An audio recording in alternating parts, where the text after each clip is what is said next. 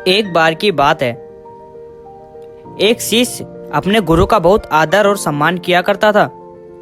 गुरु भी अपने शिष्य से बहुत प्यार करते थे, लेकिन वो शिष्य अपनी पढ़ाई के प्रति काफी आलसी था और वो हमेशा सेल्फ स्टडी से दूर भागता था। आज के काम को कल पर छोड़ दिया करता था। अब गुरुजी काफी चिंता करने लगे, कहीं उनका शिष्य जीवन संग्राम में पराजित ना हो जाए।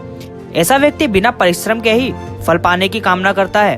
वह शीघ्र निर्णय नहीं ले पाता और अगर ले भी लेता है तो उस काम को कर नहीं पाता। यहाँ तक कि अपने पर्यावरण के प्रति भी वो सजग नहीं रहता और ना भाग्य द्वारा मिले अवसरों का लाभ उठा पाता है। उन्होंने मन ही मन अपने शिष्य के कल्याण के लिए एक योजना बना ली और एक दिन काले पत्थर का एक टुकड़ा उसके हाथों में देते हुए गुरुजी ने कहा, मैं जादुई पत्थर का टुकड़ा 2 दिन के लिए तुम्हें देकर कहीं दूसरे गांव जा रहा हूं। तुम इस पत्थर से जिस भी वस्तु को स्पर्श करोगे वह स्वर्ण में परिवर्तित हो जाएगी। पर याद रहे, दूसरे दिन सूर्यास्त से पहले मैं इसे तुमसे वापस ले लूंगा। शिष्य इस सुअवसर को पाकर बड़ा प्रसन्न हुआ, लेकिन आलस होने के कारण उसने अपना पहला दिन ये कल्पना करते करते बिता दिया कि जब उसके पास बहुत सारा स्वर्ण होगा तो वह कितना प्रसन्न, सुखी और समृद्ध होगा। कितने सारे नौकर चाकर उसे पानी पीने के लिए भी उठना नहीं पड़ेगा।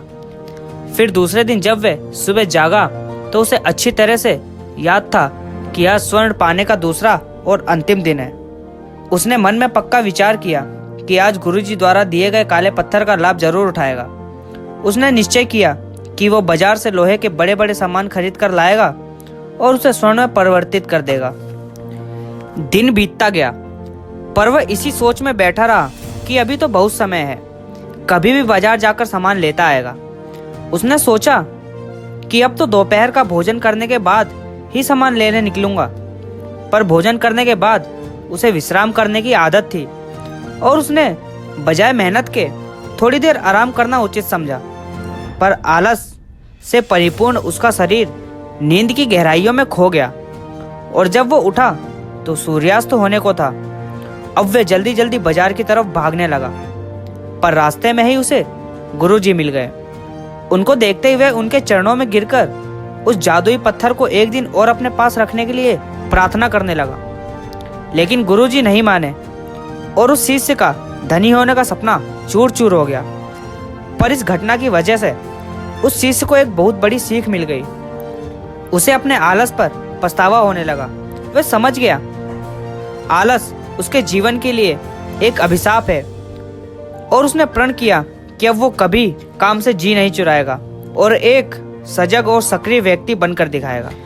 तो दोस्तों, जीवन में हर किसी को एक से बढ़कर एक अवसर मिलते हैं, पर कई लोग इन्हें बस अपने आलस के कारण गवा देते हैं। तो मैं आपसे यही कहना चाहूँगा कि अगर आप सुखी और भाग्यशाली बनना चाहते हैं तो आलस को त्याग कर अपने अंदर विवेक और जागरूकता जैसे गुणों को विकसित करना पड़ेगा। जब कभी आपके मन में किसी आवश्यक काम को टालने का विचार आए तो स्वयं से एक प्रश्न कीजिए कि आज ही क्यों नहीं।